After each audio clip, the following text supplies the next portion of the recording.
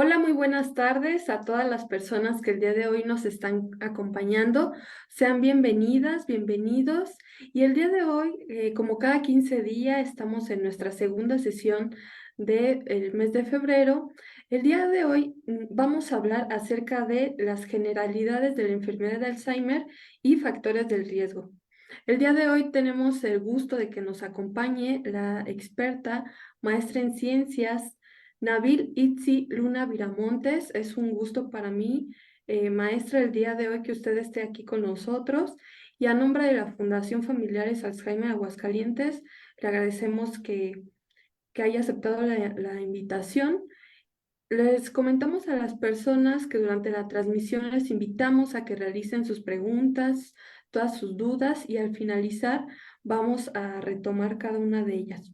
Si me permiten, les voy a presentar a la maestra Nabil. Ella es doctorante en Ciencias Químico-Biológicas del Instituto Politécnico Nacional y subdirectora del Biobanco Nacional de Demencias, así como vicepresidente de la Asociación Civil AMPA-EIDEN. Pues muchas gracias por estar con nosotros. El tiempo es de usted. Muchas gracias, licenciada Esmeralda. Muchas gracias a la Fundación Familiares Alzheimer de Aguascalientes por invitarme a dar esta plática. Y bueno, pues mi nombre ya lo dijo la doctora, soy Nabil Luna, maestra en Ciencias Químico-Biológicas. Y bueno, yo les voy a hablar sobre las generalidades de la enfermedad de Alzheimer. Voy a compartir mi pantalla. Y bueno, últimamente ha estado un poco difícil la señal, entonces probablemente y en algún momento tenga que apagar mi cámara simplemente para que pueda seguir adelante la plática. Ok, no se preocupe. Y si pudiera, por favor, poner la pantalla completa para que se pueda visualizar bien la presentación. Sí, voy a ver, sí, así está perfecto. Mm. Ah, así, excelente, gracias. Bueno, como les comentaba, déjenme quitarte aquí esto, que me desconcentra verme. Bueno, entonces, la enfermedad de Alzheimer se caracteriza por la pérdida progresiva de la memoria y posteriormente con alteraciones del juicio y la conducta. Aunado a estos deterioros cognitivos, se observa que estas personas con esta enfermedad pues tienen un bajo control de sus emociones y también pues tienden a mantener una vida social un poco mermada, ¿no? En esta diapositiva observamos los síntomas cognitivos y conductuales característicos de la enfermedad de Alzheimer y aquí lo primero que se manifiesta es la pérdida de la memoria de los sucesos recientes. Continuamos con problemas del lenguaje, dificultad para hacer tareas simples, como por ejemplo lo que para nosotros sería algo tan sencillo como bañarnos, lavarnos los dientes, vestirnos. Esto representaría para personas con esta enfermedad una dificultad. A esto es a lo que se refiere con dificultades para hacer tareas simples. También presentan desorientación en el tiempo y espacio, lo que hace a estas personas muy susceptibles a poderse perder, tal vez en ambientes que para ellas son muy conocidas o que nosotros consideramos que es muy familiar para estas personas, pero ellos empiezan a tener estas alteraciones del tiempo y del espacio. También pierden la capacidad de juzgar, es decir, ya no es posible para ellos hacer la introspección o de tomar decisiones que sean convenientes para ellas mismas. También tienen dificultad para tener pensamientos elaborados, lo cual quiere decir que pues esta elocuencia que nosotros presentamos naturalmente para poder hablar o expresar nuestras imaginaciones, pues ellos ya no presentan eh, esta forma para poder hacerlo, ¿no? También refieren que tienen pérdida de objetos, pero no es que tanto que se les pierdan los objetos, sino es que no recuerdan dónde han puesto ciertos objetos. También hay cambios en el estado de ánimo, como podemos ver una persona que está completamente eufórica y de un momento a otro abruptamente se ve que ya está en un estado de tristeza o de agresividad. También se ven cambios abruptos en la conducta, que bueno, pues todo lo que hemos estado hablando, pues sí, reflejan cambios en la conducta. Sin embargo, también podríamos ver o decir que hay personas que nosotros considerábamos que son altamente dinámicos, y observamos que ya cuando empiezan estas alteraciones demenciales, a lo mejor ya dejan de ser dinámicos. Vemos que estas conductas características de esta persona empiezan a ser mermadas, que nos empiezan a llamar la atención, ¿no? O que hacen conductas como, por ejemplo, en lugar de peinarse con un cepillo especial para el cabello, utilizan el tenedor, ¿no? Cosas que son erráticas para una persona que no tiene estas enfermedades.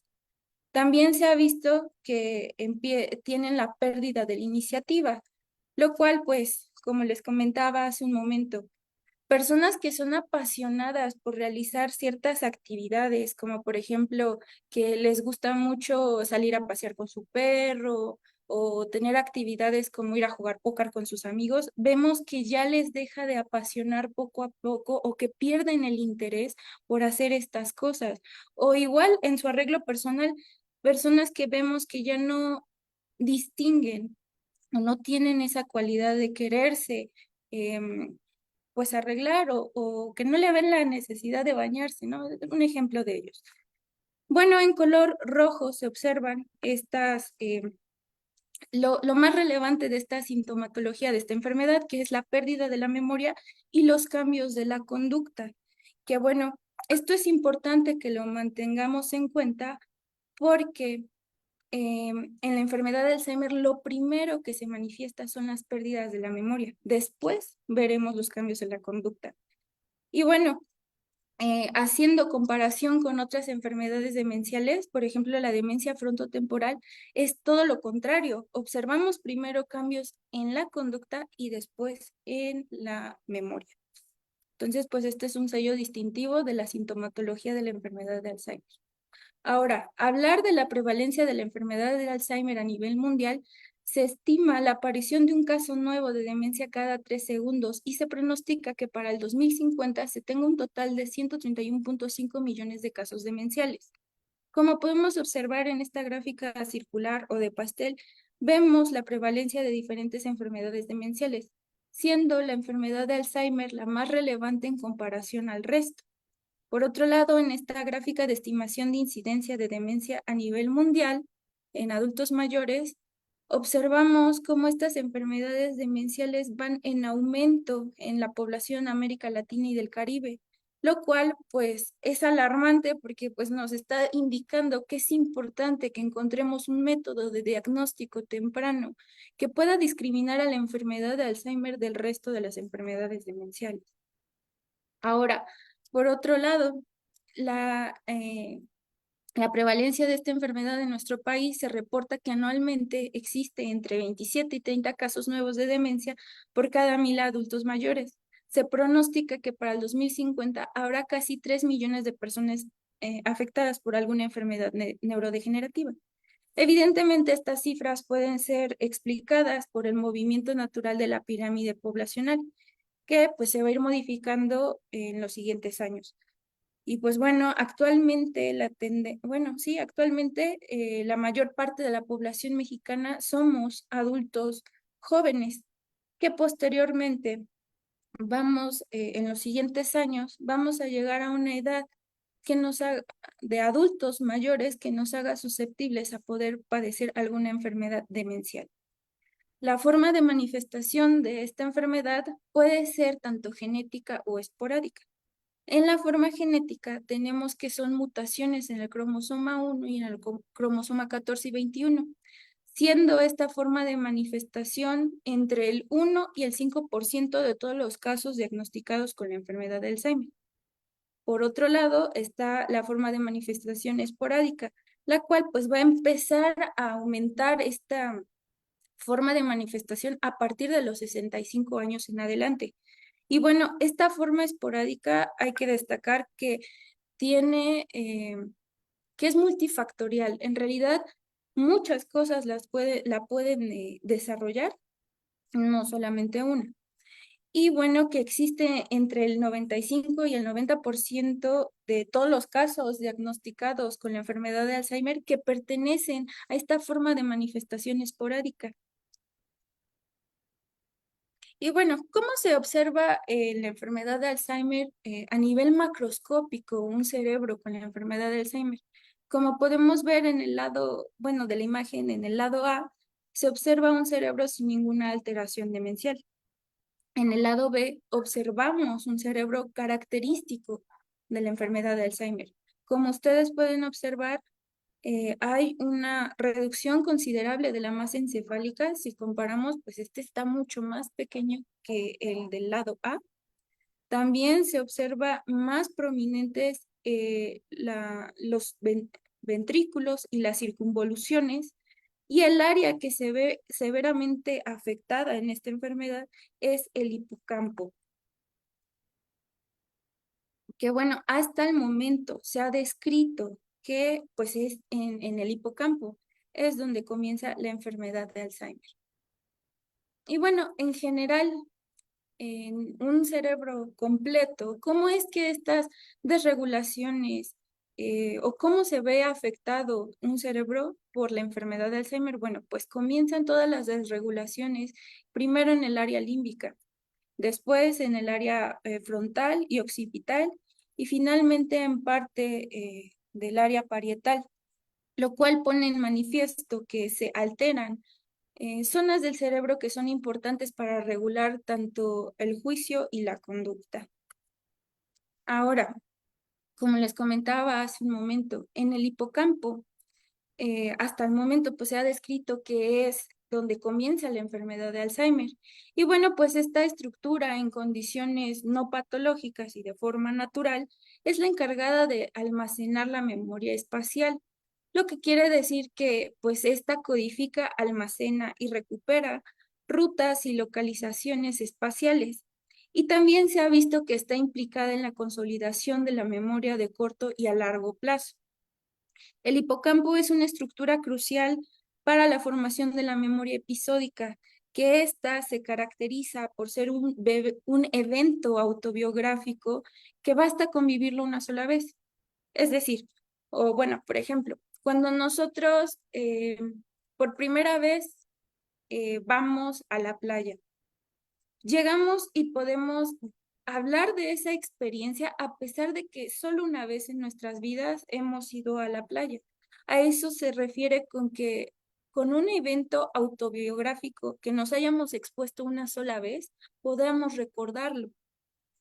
Bueno, cerrando ese paréntesis, esta memoria episódica junto con hechos que hemos aprendido en base a la repetición, que es característico de la memoria semántica, ambas memorias, tanto memoria episódica como semánticas, son necesarias para la formación de la memoria declarativa.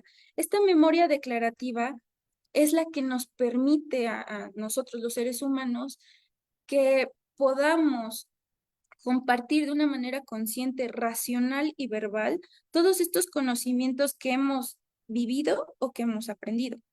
Un ejemplo de la memoria semántica. Todos nosotros cuando fuimos a la primaria tuvimos que aprendernos, por ejemplo, las tablas de multiplicar en base a la repetición constante y constante y constante hasta que las memorizáramos. Ese es un ejemplo característico de la memoria semántica. Bueno, como les comentaba, en el hipocampo, que en esta estructura es primordial para eh, poder codificar ciertas informaciones, bueno, pues también existe un flujo de información específico en esta área.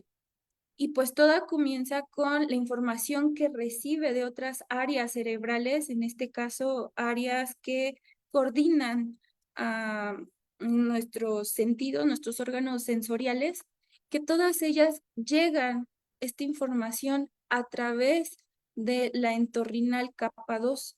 En la entorrinal capa 2, esta área es encargada de mandar esta información recibida de otras áreas sensoriales al subiculum hacia CA1 y a CA4. CA4, a su vez, es la encargada de devolver esta información hacia la entorrinal capa 4. Y la entorrinal capa 4 es la encargada de llevar esa información hasta la neocorteza. Es así como observamos, bueno, lo importante de esto es observar cómo estos recuerdos de corto plazo, que son los que se almacenan aquí en el hipocampo, llegan a ser recuerdos de largo plazo al llegar a la neocorteza.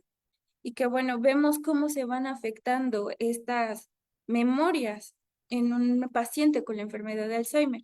Aquí cabe resaltar que la primera memoria que es afectada en un paciente con la enfermedad de Alzheimer es la memoria episódica y posteriormente la memoria semántica se va a ir viendo afectada. A nivel molecular, la enfermedad de Alzheimer se caracteriza por la presencia de dos lesiones muy importantes, que son las marañas neurofibrilares y las placas neuríticas.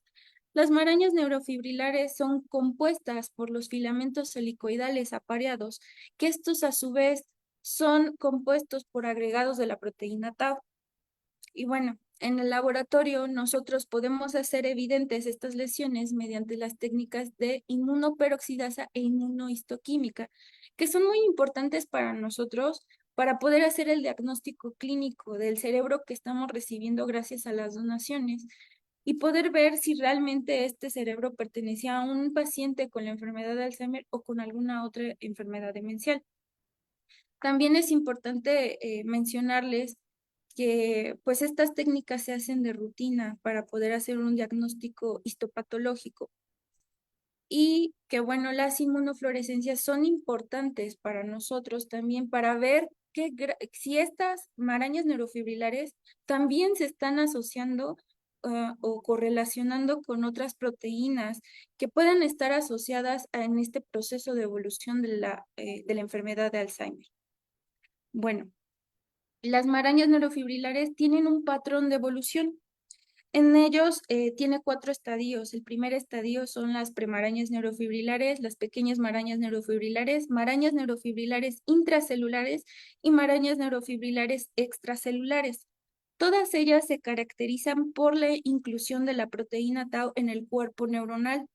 Estas van a irse gradualmente viendo completamente invadido el cuerpo neuronal hasta encontrar un estadio final de maraña neurofibrilar extracelular, donde vemos la invasión de estos filamentos de la proteína tau en el cuerpo completo de la neurona.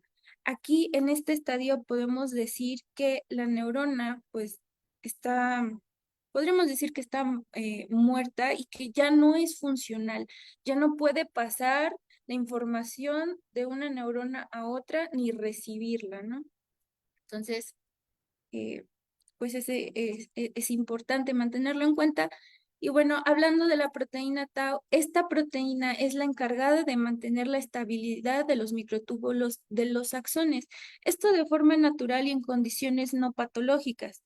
Sin embargo, en la enfermedad de Alzheimer, esta proteína se desensambla para autoagregarse y formar los filamentos helicoidales apareados, que estos a su vez formarán las marañas neurofibrilares. Y bueno, pues aquí como podemos ver en el video, estamos viendo precisamente lo que les comentaba, cómo es que esta proteína que se encargaba de mantener esta estabilidad se empieza a desagregar y empieza a autoagregarse. Y vemos cómo empieza a pegarse en el cuerpo de la neurona hasta formar las marañas neurofibrilares y matar completamente a esta neurona. Bueno, también se sabe que esta proteína tau es altamente susceptible a cambios conformacionales por todos los sitios en los que puede ser fosforilada. Y bueno, lo importante de esto es que hay que tomar en cuenta que esta proteína se encuentra en un organelo, que en este caso es el axón, que es crucial que haya dinamismo en este organelo. Entonces, este dinamismo de forma natural ayuda a que las neuronas puedan tener comunicación de una neurona a otra a través de estos potenciales de acción. Y también que haya transporte de vesículas de una neurona a otra, también arreglo de los organelos, etcétera. Entonces, pues eso hay que tomarlo en cuenta, que esta proteína pues tiende a ser susceptible a estas modificaciones, pues por esta naturaleza que tiene. Sin embargo, se sabe que hay sitios donde esta proteína, al ser fosforilada, no son sitios, digamos, generalmente normales, sino ya estaríamos conduciendo a una enfermedad demencial, en este caso la enfermedad de Alzheimer. Qué bueno, esto para nosotros es importante en el laboratorio poderlos ir mapeando porque pues nos puede decir exactamente qué tan saludable o qué tan patológica la proteína tau se está volviendo en un cerebro con la enfermedad, ¿no? O sin la enfermedad. Bueno, la siguiente lesión característica de esta enfermedad pues son las placas neuríticas, el cual pues está dada por un proceso proteolítico en la membrana precursora del beta-amiloide, donde se libera al espacio extracelular un fragmento de 40 a 42 aminoácidos que se va a ir depositando extracelularmente hasta formar las placas neuríticas.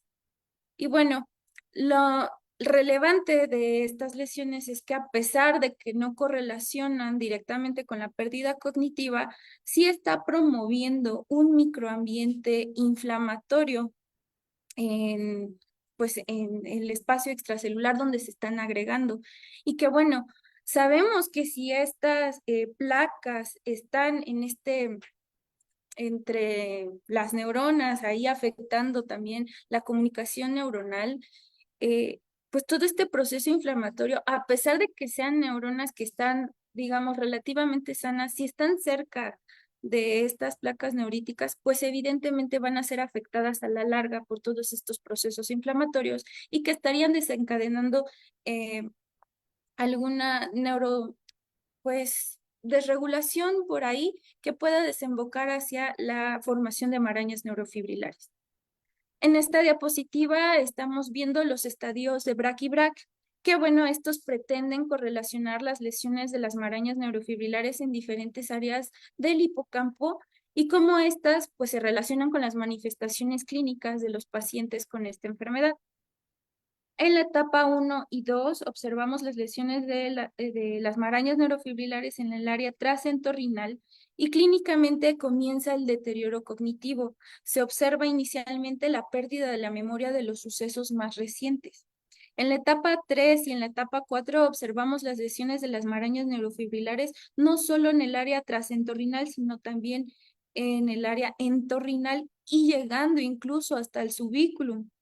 Y aquí clínicamente el paciente manifiesta alteraciones en el lenguaje, trastornos en el estado de ánimo y existe un 70% de detectar alguna enfermedad demencial. Sin embargo, a pesar de que exista un 70% de detectar una enfermedad demencial, que es demasiado alto este índice, pues aún no podríamos decir que se puede discriminar exactamente qué tipo de enfermedad demencial es, ¿no? Si estamos hablando de una enfermedad por Alzheimer o alguna otra de las enfermedades demenciales que comparten características eh, de manifestación clínica con esta enfermedad. Por otro lado, en la etapa 5 y en la etapa 6 observamos las lesiones de las marañas neurofibrilares en pues ya todo el cuerpo del hipocampo, incluso llegando hacia la neocorteza. Y aquí clínicamente el paciente es diagnosticado con demencia y bueno, es dependiente del cuidado y la atención de un cuidador. Y bueno, pues el diagnóstico específico para la enfermedad de Alzheimer evidentemente es crucial, pero pues hasta el momento no existe una prueba que sea 100% confirmatoria para esta enfermedad, a menos de que se haga una prueba post-mortem. Y esto es lo que hacemos nosotros en el BND, realizar estas pruebas inmunohistoquímicas gracias a estas donaciones que nos llegan de toda la población mexicana y de algunos otros lugares de otros países que tenemos colaboraciones, pues llegan estas donaciones y nosotros hacemos estas técnicas que les comentaba, las peroxidasas y las inmunofluorescencias, para poder decir al 100% si se trataba de una enfermedad demencial por Alzheimer o por alguna otra patología, ¿no? Y bueno, en las peroxidasas aquí observamos las coloraciones típicas cafés, como se pueden observar en estas imágenes. Aquí vemos una maraña neurofibrilar y aquí una placa neurítica. Y también vemos cómo esta placa neurítica está asociada con astrocitos. Y bueno, con las técnicas de inmunofluorescencias podemos ver a mayor detalle cómo se encuentra la, pues podríamos decir, integridad estructural de estas lesiones y cómo es que estas pueden estar correlacionando unas con otras o con otras proteínas que, sí, que sean de nuestro interés. Y bueno, actualmente en el laboratorio, en el equipo de trabajo del BND, yo estoy realizando precisamente pruebas de inmunodetección que sean mucho más tempranas, que podamos llevarlas después a la clínica para que encontremos métodos de detección de esta enfermedad que no sean tan invasivos y que no esperemos a que llegue a, pues hasta la muerte de este paciente para poder decir que sí falleció por esta enfermedad, ¿no? O que tenía esta enfermedad de Alzheimer, ¿no? Entonces, pues este es uno de los avances que nosotros estamos haciendo y de las aportaciones que estamos haciendo en el BND. Y también estamos rastreando factores de riesgo, haciendo estudios de qué factores de riesgo se están relacionando más con el desarrollo de la enfermedad de Alzheimer. Y bueno, pues esto es muy importante para nosotros porque abre la puerta a que podemos sugerir cambios en el estilo de vida de las personas con esta enfermedad o que no la tengan, pero pues para hacer una mejora, tanto para preservar la mejor calidad de vida posible, o si estas personas ya tienen esta enfermedad, pues prolongar el tiempo de independencia de estos pacientes con la enfermedad de Alzheimer.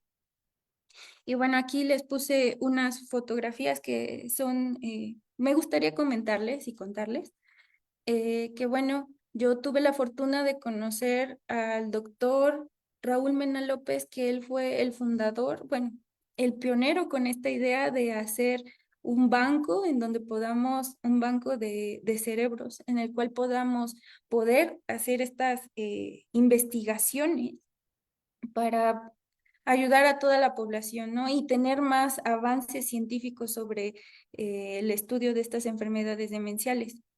Y bueno, quien continuó con su legado fue, y lo digo orgullosamente, mi papá, el doctor José Luna, y bueno, todo el equipo de trabajo, que gracias también a mis profesores, aquí está la doctora Rocío, la doctora Linda, el doctor Fidel, y pues mis queridos compañeros, ¿no?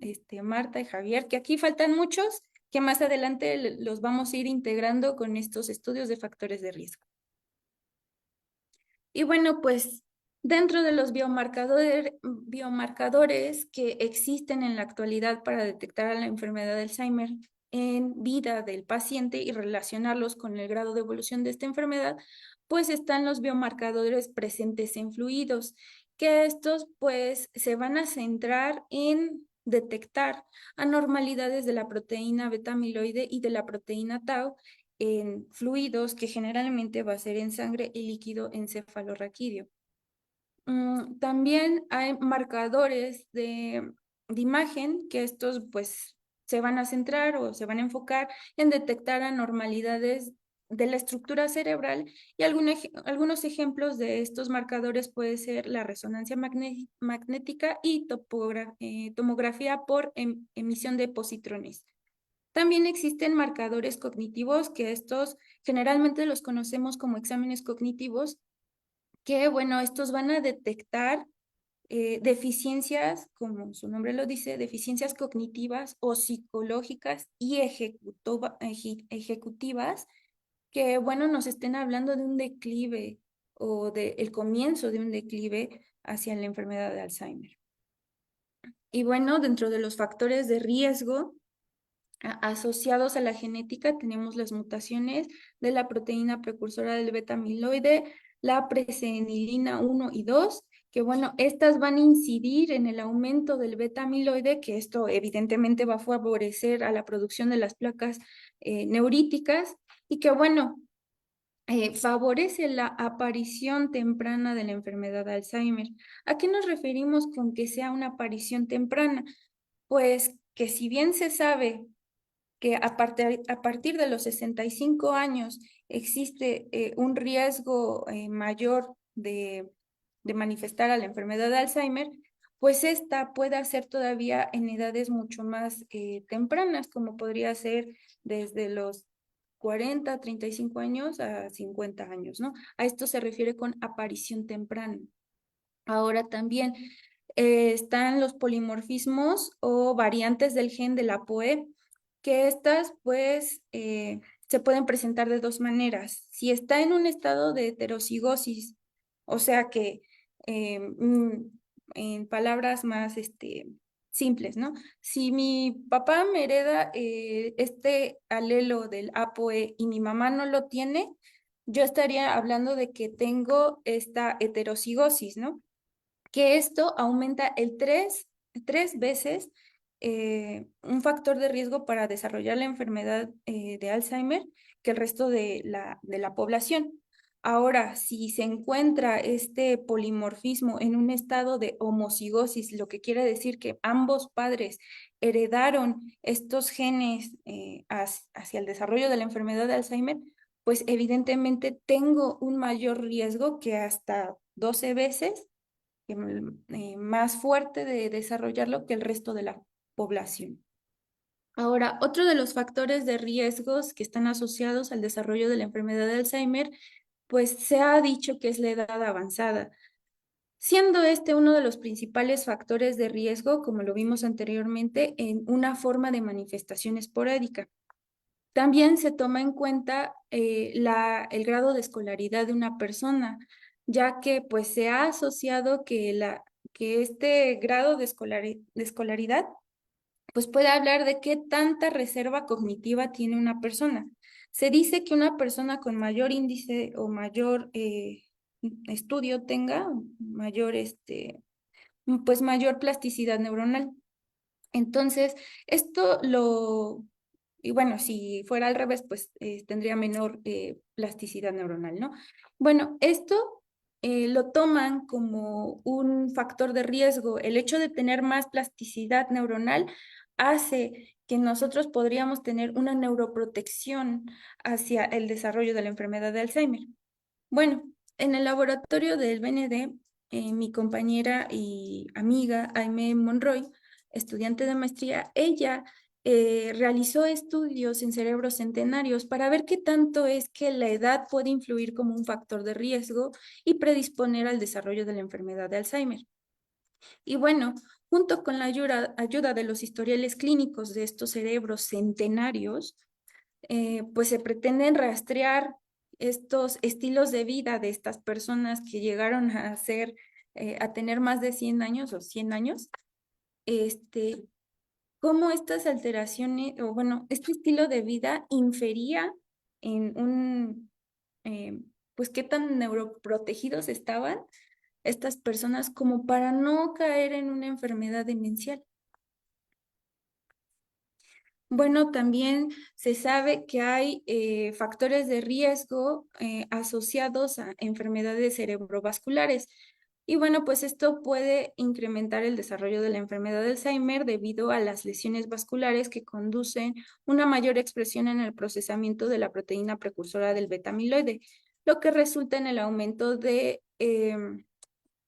pues de la producción de las placas neuríticas.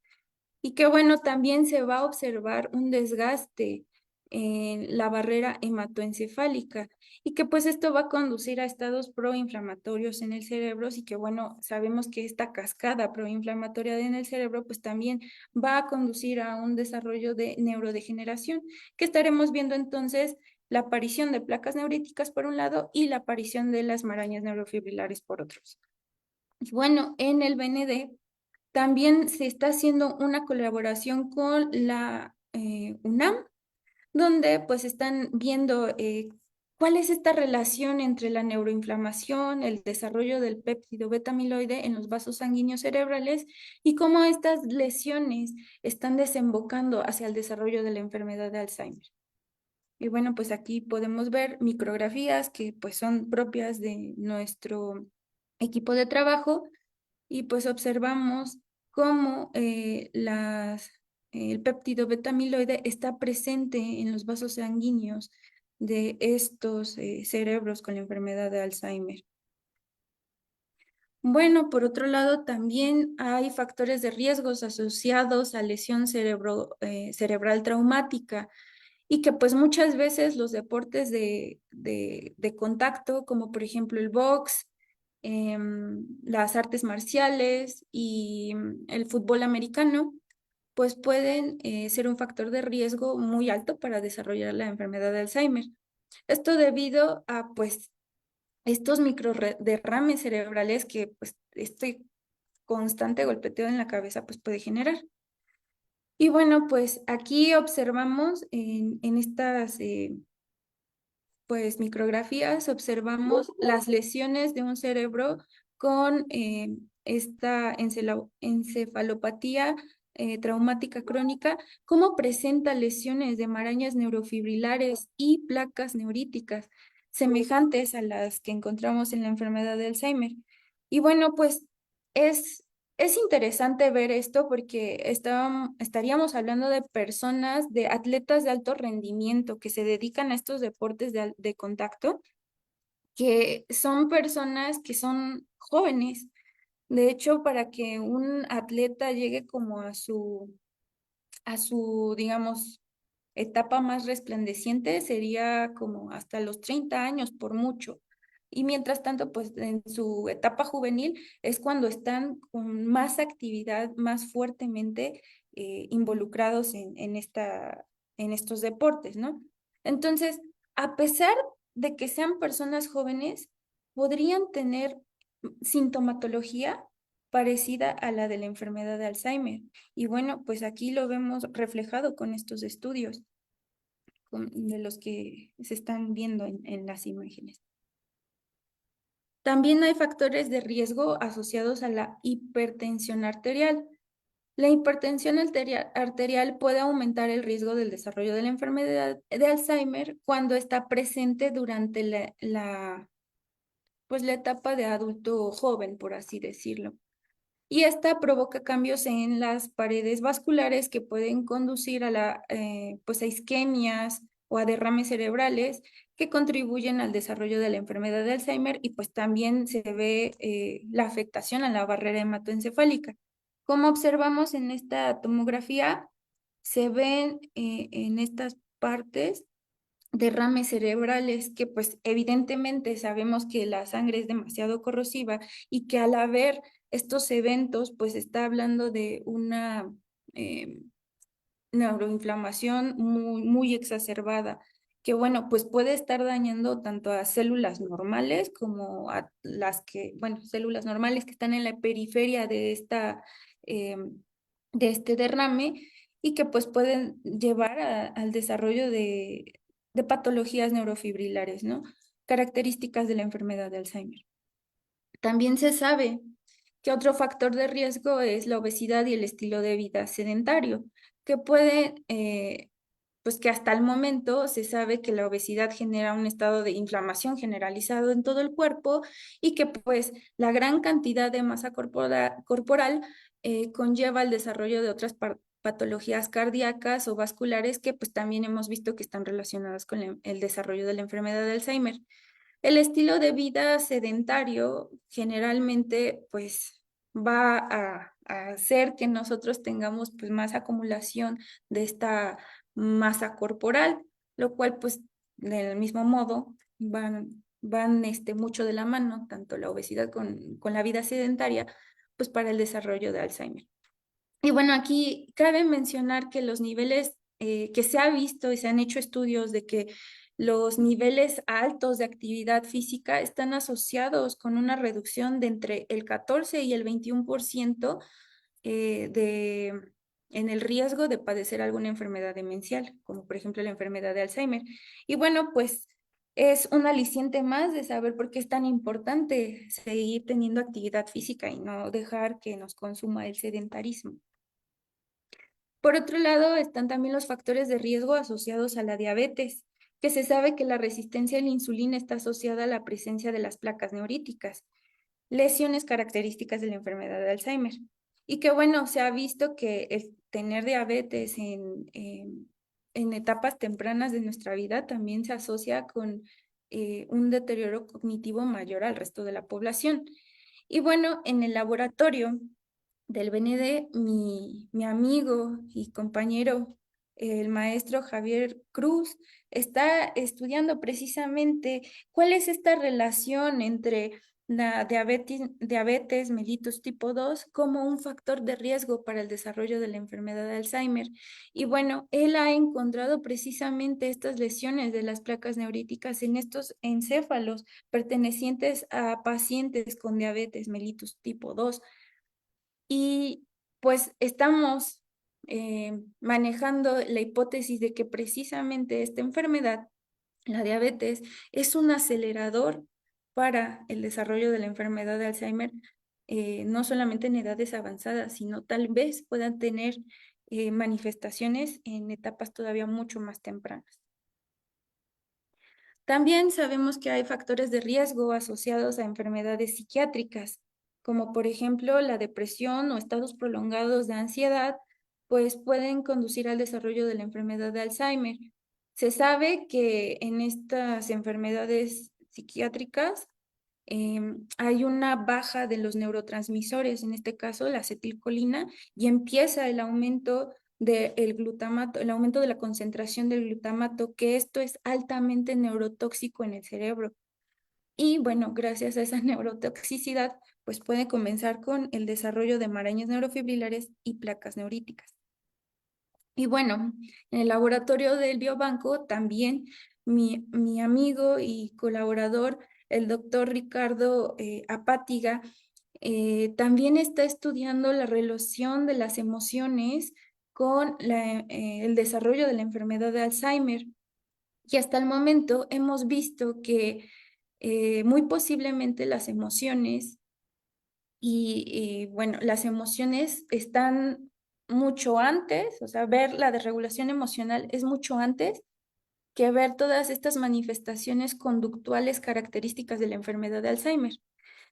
Y bueno, él ha hecho estas inmunofluorescencias e inmunoperoxidasas en diferentes órganos del cerebro que también regulan a las emociones.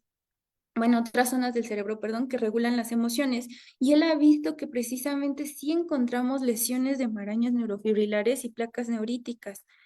Entonces, pues también valdría la pena, y nos hemos planteado esto en el equipo de trabajo, si realmente la enfermedad de Alzheimer sí empieza en el hipocampo o empieza a lo mejor en otras áreas cerebrales que están coordinando bueno, regulando a las emociones que, que nos puedan decir que realmente ahí empieza la enfermedad en estas otras áreas cerebrales y no precisamente en el hipocampo.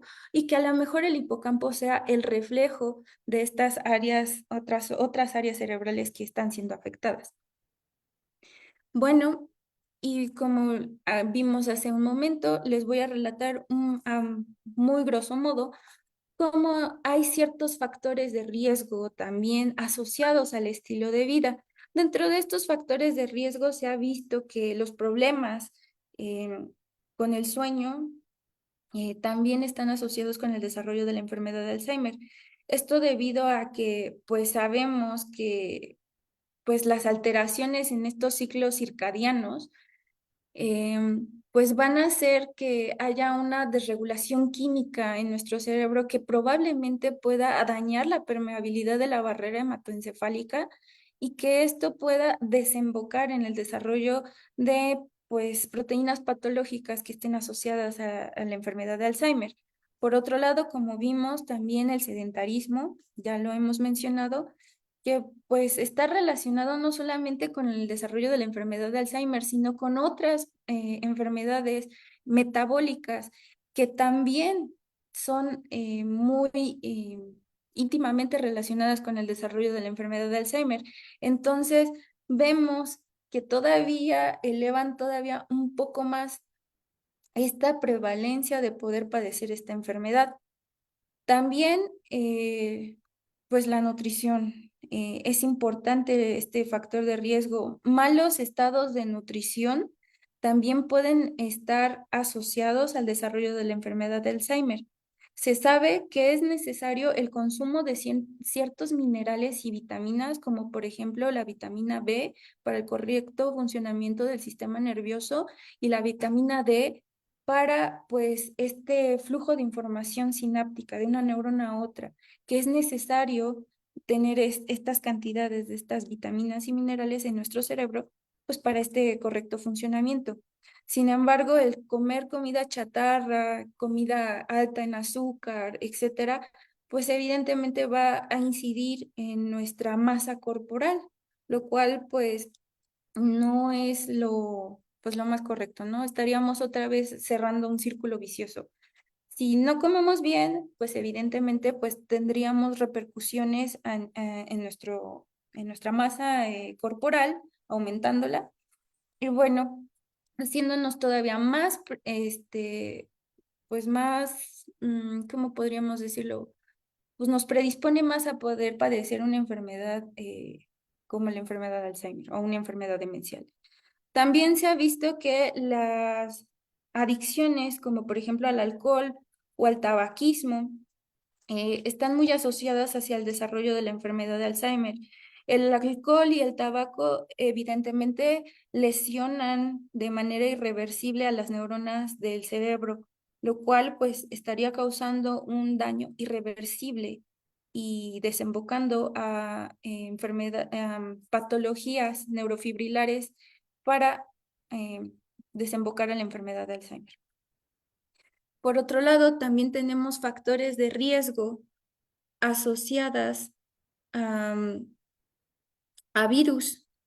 En este caso, la infección o bueno, del virus del SARS-CoV-2 o la infección del COVID-19 que puede provocar efectos negativos a largo plazo sobre la función cognitiva debido al fuerte proceso inflamatorio que pues desencadena esta enfermedad. Se sabe que el SARS-CoV-2, una de las vías de entradas para nuestro sistema o bueno, a nuestro cuerpo, es por medio de la inhalación de de estos pequeños fluidos, ¿no? Que estos llegan hasta las células mitrales que se encuentran en el bulbo olfatorio, que bueno, el bulbo olfatorio a su vez está pues ya en contacto con el cerebro. Entonces, sabemos que si esta inflamación que se expresa fuertemente aquí en esta zona del bulbo olfatorio, pues puede desencadenar una, una neurodegeneración local aquí, pero el bulbo olfatorio también tiene prolongaciones axonales hasta la entorrinal, que es la entrada del hipocampo. Entonces, si estamos viendo afectaciones locales en este bulbo olfatorio, evidentemente después las encontraremos a largo plazo en la entorrinal y en el hipocampo. Es por eso que el BND, en este equipo de trabajo, también se está estudiando la relación entre esta entre este virus del SARS-CoV-2 y el desarrollo de la enfermedad de Alzheimer. Y bueno, pues el doctor Enrique Luna es el encargado de realizar en el BND este proyecto de investigación y pues hasta el momento hemos evidenciado que en cerebros de pacientes con COVID-19 presentan lesiones en el hipocampo muy semejantes a las que se describen en la enfermedad de Alzheimer. Y pues sí, como podemos ver en esta imagen, vemos neuritas distróficas, placas neuríticas y marañas neurofibrilares que son evidentemente lesiones características de la enfermedad de Alzheimer.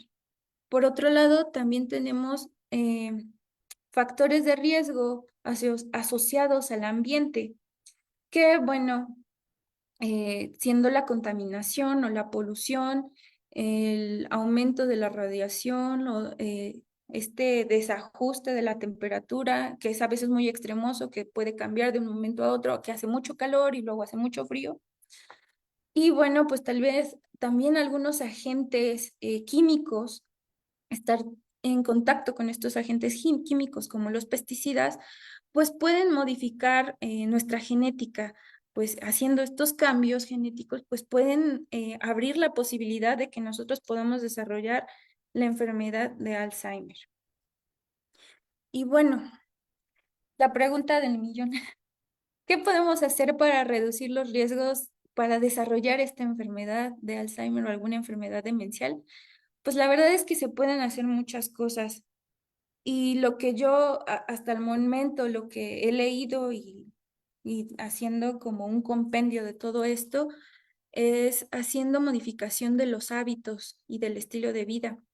Eh, Como mencionábamos hace un momento, el incluir el ejercicio, ejercicio aeróbico, bueno, que estimule todo lo que es el sistema cardiovascular, también las pesas, todo ese tipo de ejercicios es muy bueno para nosotros, no solamente para reducir la enfermedad de Alzheimer, sino que también favorece un estado de ánimo más alegre, más tranquilo. Y que bueno, también se ha visto que esto pues reduce las enfermedades metabólicas, ¿no? Que bueno, hemos visto que hay ciertas enfermedades metabólicas que también están asociadas al desarrollo de la enfermedad de Alzheimer. También el tener un estado o bueno, una adecuada higiene del sueño nos puede ayudar mucho a regular todos estos procesos químicos que se hacen a lo largo del día en nuestro cerebro y digamos que lo van depurando cuando nosotros vamos a dormir.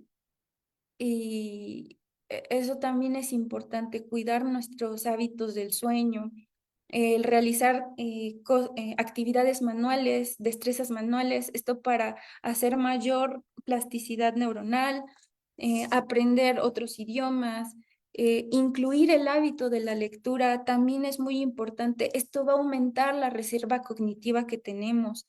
Y esto es un mecanismo de neuroprotección contra enfermedades demenciales, ¿no? Como la enfermedad de Alzheimer. Y bueno, finalmente, pues también hacer chequeos médicos y químicos continuamente, pues para ver que nuestro cuerpo está en correcto funcionamiento, ¿no? Y bueno, por mi parte, esto es todo. Muchísimas gracias por su atención. Y bueno, pues no olviden que gracias a sus donaciones de este valiosísimo órgano que es el cerebro, pues nosotros podemos hacer posible todos estos avances científicos y poderles mostrar a ustedes, pues cómo lo podemos implementar para mejorar la calidad de vida de nosotros y de nuestros pacientes. Y pues bueno, eso es todo.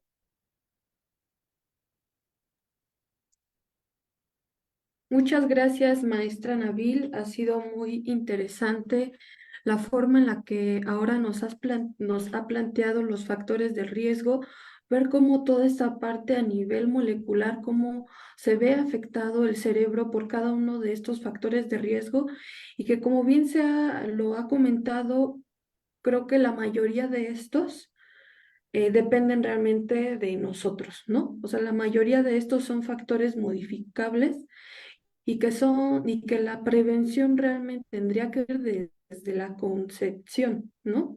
Desde este ciclo vital, desde este curso de vida, y que de esa forma se podría reducir mucho este riesgo de poder presentar demencia o algún tipo de demencia o un tipo de deterioro cognitivo. Bien, si me permiten, voy a comentar lo que estuvieron aquí en el chat de la página de Facebook. Dice Lula Licona, buenas tardes, una pregunta. ¿Las proteínas tau también se da en la demencia frontotemporal? Sí, de hecho, em, hay enfermedades neurodegenerativas que comparten esta alteración de la proteína tau y a estas se les denomina taupatías. La enfermedad de Alzheimer es una de ellas, la demencia frontotemporal es una de ellas, em, Parkinson es otra. Y bueno, sí, la respuesta es sí. Bien, muchas gracias. Nos comparte un comentario Angie Cervantes. Dice, hola, yo cuidé a un paciente desde la etapa 1 a la etapa 4. Nos entendíamos los dos. Ella hablaba poco, muy poco, pero nos entendíamos. Gracias por compartirnos su experiencia.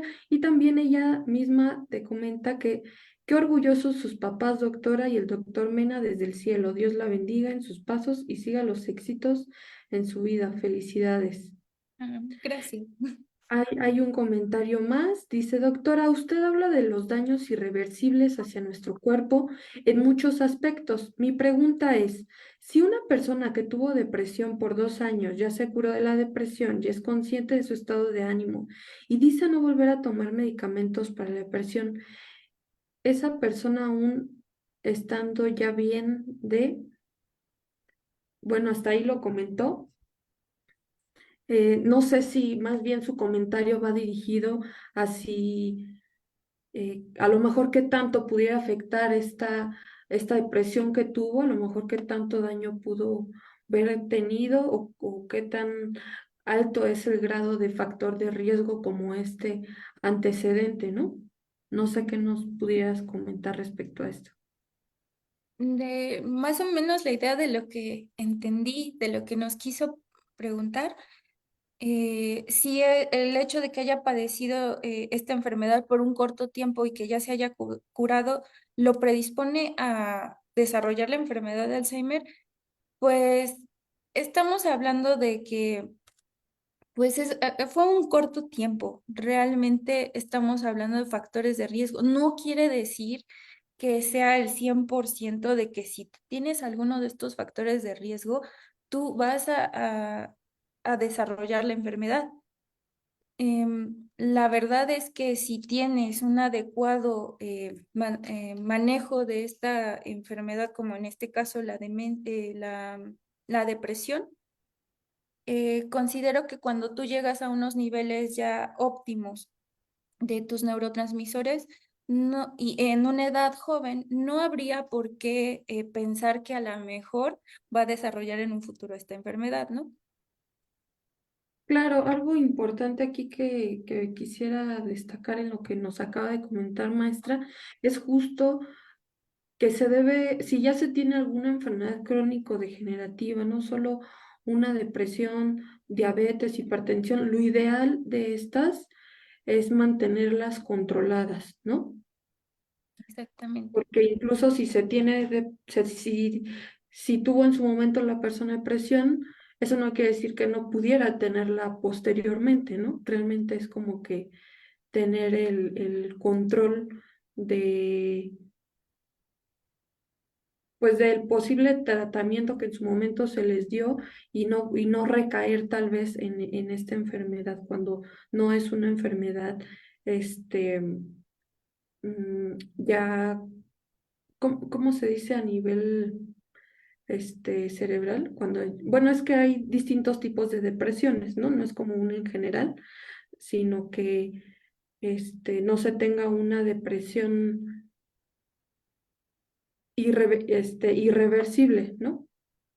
Ah, que Bueno, ya pero esté aquí, ajá, perdón, que ya esté como más asociado a un desbalance ya funcional, ¿no? ¿Es a lo que te refieres?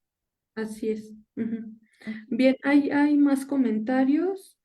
Dice, gracias por su tiempo, gracias por compartir sus conocimientos. Dios les bendice grandemente. Lo comenta Mercedes Rodríguez. Mauricio Yebra, mil gracias por tan interesante conferencia. Es un verdadero privilegio haberte escuchado y la forma de plantear cada uno de los factores de riesgo. Excelente.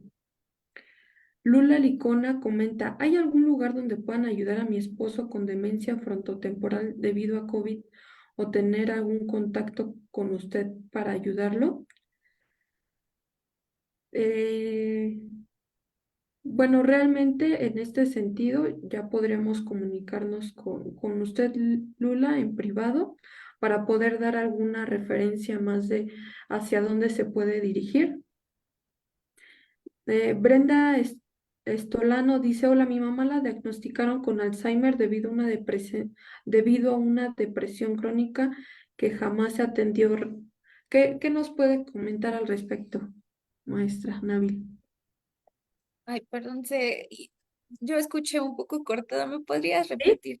Ok, Sí, Brenda Estolano nos platica, dice, hola, mi mamá la diagnosticaron con Alzheimer debido a una depresión crónica que jamás se atendió. ¿Qué nos pudiera comentar respecto a esto? pues volviendo a esta situación que les comentaba y que bueno, también creo que la licenciada Esmeralda nos estaba tratando de decir que hay diferentes grados de, de depresión. Hay depresiones que digamos son por, por un corto tiempo, son estacionales.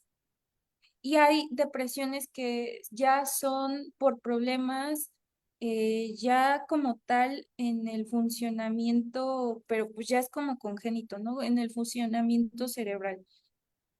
Em, pues primero que nada lamento mucho que haya sucedido así, pero pues sí, como vimos en la presentación y lo que les comenté, eh, estados prolongados de ansiedad o de depresión, pues juegan mucho con los niveles de los neurotransmisores, que si algunos se encuentran bajos, evidentemente otros, por querer compensar esa falta de neurotransmisores, van a tender a aumentar. Y si empiezan a aumentar ciertos neurotransmisores que no deberían de estar en condiciones normales tan aumentados, pues podrían desembocar a estas enfermedades. Probablemente, pues eso fue lo que pudo haber sucedido con su mamá.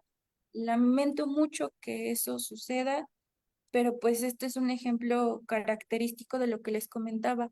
Puede ser un factor de riesgo para el desarrollo de la enfermedad. No quiere decir que el 100% de todos los casos que se presenten de, eh, de depresión van a desembocar, pero como en este caso vemos que sí, sí sucedió. Así es, y si me permite agregar, maestra Nabil, también debemos de tener presente, y se comentó que aún no se ha encontrado el origen, ¿no? El origen no solo de la enfermedad de Alzheimer, sino de las otras demencias. Entonces, sí fue un factor importante que pudo influir para ese diagnóstico, mas no quiere decir que realmente haya sido la causa o el origen real del por qué tenga su mamá la demencia de tipo Alzheimer, ¿no? Sí, Muy bien, pues muchas gracias, gracias por enfatizar también en la prevención, en estos estilos de vida. Y si me permiten, voy a hacer algunos anuncios. Ya no hay más preguntas, ya no hay más comentarios. Entonces, voy a hacer algunos anuncios. El próximo 24 de febrero, el sábado, recordemos que como fundación hay un taller de contención emocional del que está a cargo la psicóloga Daniela Citlali Pérez, y nos va a hablar de límites y autoestima en el cuidador. Es muy importante que familiares, cuidadores se involucren en estos talleres que son para ustedes. Son realmente hay mucho trabajo y esfuerzo detrás, así que los invitamos que tanto por Zoom eh, se integren como en las instalaciones de la Fundación Familiares de Alzheimer Aguascalientes, y también cada mes se tiene una sesión informativa especial que en esta ocasión el doctor César Callejas va a hablar acerca de la importancia del sueño en el adulto mayor. Esta también es presencial y va a ser en las instalaciones de la fundación. Y tenemos como noticia que ya tenemos también página en YouTube y que nos pueden encontrar como Fundación Alzheimer AGS, que es la abreviación de Aguascalientes, y les invitamos a que se suscriban, que sigan todos estos videos, justo como el día de hoy y anteriores que ya se han presentado. Ustedes los van a poder encontrar ahí, y que esta información siga llegando a las familias, a los cuidadores, a los profesionales y que todo este contenido es para ustedes. Entonces, muchas gracias, maestra Nabil. Esperemos tenerla en otros momentos. Realmente muy reconocido su trabajo, el de sus compañeros, el del doctor Luna, el del doctor Raúl Mena. Qué bueno que se ha seguido esto y sobre todo la difusión de la donación de cerebros y de otros órganos tanto como en patología, como las personas que mueren sin alguna demencia o otra enfermedad, no importa, realmente está, solo así es como estas donaciones, estas investigaciones se llevan a cabo y es importante porque ningún otro ser vivo va a sustituir como lo es el ser humano y estas son enfermedades específicas del ser humano y solo así es como también se va a poder lograr encontrar eh, ese diagnóstico temprano, esa cura para la enfermedad de Alzheimer.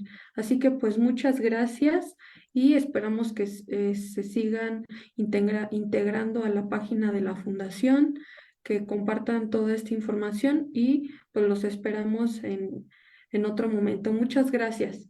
Gracias a ustedes, gracias.